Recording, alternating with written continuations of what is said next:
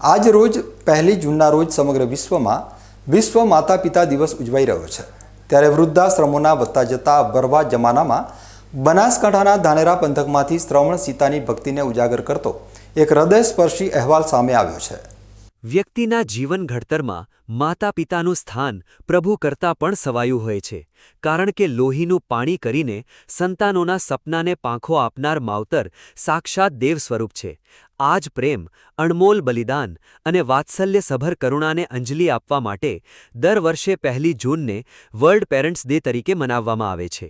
પરંતુ આજના આધુનિક અને ભૌતિકવાદી યુગમાં કેટલાક સંતાનો પશ્ચિમી સંસ્કૃતિના અંધાનુકરણમાં પોતાના જ જન્મદાતાઓને બોજ સમજી બેસે છે, જેના કારણે આજે આપણા ગુજરાત સહિત સમગ્ર દેશમાં ઘરડા ઘરોની સંખ્યા ચિંતાજનક રીતે વધી રહી છે, જે સમાજ માટે કલંક સમાન છે।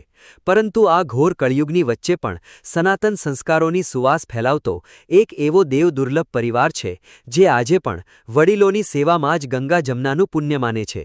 ધાનેરાના હૃદય સમાન વિસ્તારમાં વસતા નવીનભાઈ પટેલ અને તેમના ધર્મપત્ની નીતાબેન પટેલ આજના યુગના આદર્શ શ્રવણ અને સીતા સાબિત થઈ રહ્યા છે।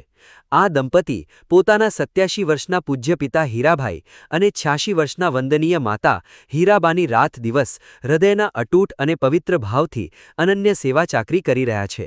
ઉંમરના આ આખરી પડાવ પર વડીલોના સ્વાસ્થ્યની કાચની જેમ જાળવણી રાખવી, સમયસર ઔષધિઓ આપવી અને તેમના મનને પરમ શાંતિ મળે તે માટે નિયમિત રીતે આધુનિક ટેબ્લેટના માધ્યમથી પવિત્ર કથાઓ શ્રવણ કરાવવી આ સુસંસ્કારી દંપતીની નિત્ય દિનચર્યા બની ગઈ છે।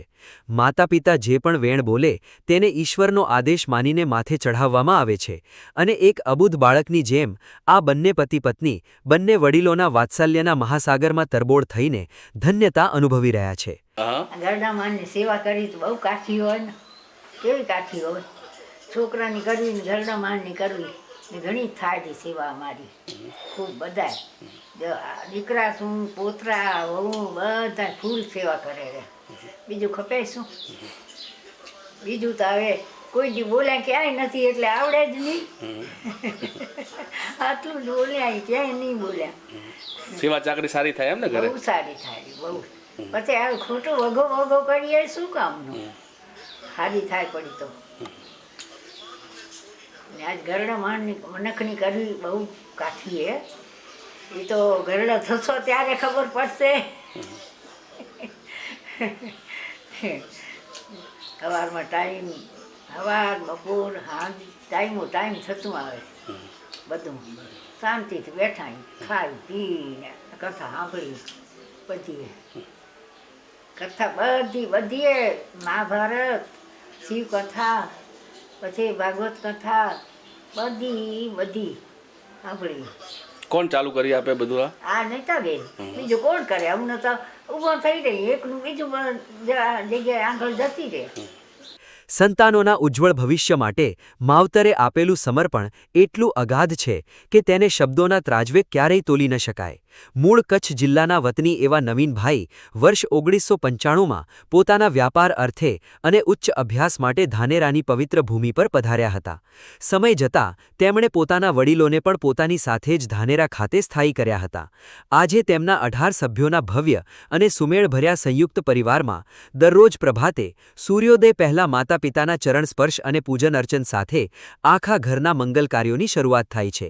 માવતરના આ પવિત્ર આશીર્વાદના પ્રતાપે જ આજે આખો પરિવાર સુખ, શાંતિ, વૈભવ અને સમૃદ્ધિ સાથે પોતાના જીવન પથ પર સતત આગળ વધી રહ્યો છે। મારા બા દાદાની લગભગ 87 વર્ષની ઉંમર છે।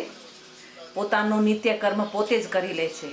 અમે ખાવા પીવામાં સાત્વિક ખોરાક આપીએ છીએ એટલે બા દાદાને કોઈ હાલમાં બીપી સુગરની કોઈ દવાઓ બીજી લેવી નથી પડતી। પોતાનો નિત્યક્રમ નાહવું ધોવું ખાવું પીવું બધું જાતે જ કરી લે છે અને વડીલોના ઉંમર પ્રમાણે અમે સાર સંભાળ લઈએ છીએ એટલે વધારે કોઈ બીમારે નથી થતા અને પોતાની રીતે પોતાનું નિત્યકર્મ કરી અને હરફર કરે છે। બહાર નથી જઈ શકાતું, કથા વાર્તા ઘરે જ બેઠા ટીવીમાં અને લેપટોપમાં સાંભળે છે અને અમે અમારી સંતાન તરીકે એની ફરજ અમે પૂરી કરીએ છીએ। બધાને મારે એટલું જ કહેવાનું છે કે માતૃપિતૃના આ ભક્તિમય વાતાવરણ વચ્ચે જ્યારે પુત્રવધુ નીતાબેન સાસુ સસરાને પોતાના સગા મા બાપ ગણીને વહાલથી સેવા કરવાની વાત કરી રહ્યા હતા, ત્યારે વડીલો પ્રત્યેના અતિરેક પ્રેમને કારણે તેમની આંખોમાંથી હર્ષના આંસુ છલકાઈ આવ્યા, જે પવિત્ર સંબંધોની પરાકાષ્ઠા દર્શાવે છે. આજના જમાનામાં જ્યાં સંયુક્ત પરિવારો તૂટી રહ્યા છે, ત્યાં આ પરિવાર વડીલોની છત્રછાયામાં એક વટવૃક્ષની જેમ અડીખમ ઊભો છે. ઘરમાં વડીલોનો અવાજ એ જ ઘરની સાચી શાન અને શોભા છે, જે આખા પરિવારને એકતાના મજબૂત તાંતણે બાંધી રાખે છે અને નવી પેઢીને સંસ્કારોનું અમૃત સિંચન પૂરું પાડે છે. એ જ આપણા સમાજની કઠણાઈ છે કે આજે વડીલોને અમુક પરિવારમાં એવા દિવસો જોવાના આવે છે કે એનું વર્ણન ન કરી શકાય. ને કુદરતની એક વિધાન છે કે તમે વાવશો એવું લણશો. એટલે આપણે જે અત્યારે આપણે વડીલો પ્રત્યે આપણી ફરજ પૂરી કરી રહ્યા છીએ ને, તો એ આપણને પછી પાછળમાં આપણે એનો બેનિફિટ મળવાનો જ છે. આપણા પાછળની પેઢી જોઈ રહી છે કે તમે તમારા વડીલો પ્રત્યે કેવું અનુકરણ કરી રહ્યા છો. તો જેટલા આપણે પોઝિટિવ રહીશું વડીલો પ્રત્યે, તો આપણને જ પાછળ આપણા ભવિષ્યમાં એ સુખ મળવાનું જ છે આપણને. ધાનેરાના પટેલ પરિવાર દ્વારા વડીલોની ચરણવંદના કરીને વહેવડાવાયેલી આ સેવાની ગંગોત્રી આજના પશ્ચિમી સંસ્કૃતિની આંધળી દોટ મૂકતા યુવાધનને જગાડવા માટે એક જીવંત દીવાદાણી સમાન છે. વિશ્વ માતા પિતા દિવસ પરનો આ વિશેષ અહેવાલ આ વાતની ગવાહી પૂરે છે કે જે ઘરમાં વડીલોના ચહેરા પર સ્મિત હોય છે અને તેમના આશીર્વાદની હેલી વરસે છે, તે જ ઘર આ પૃથ્વી પરનું સાચું વૈકુંઠ ધામ બને છે.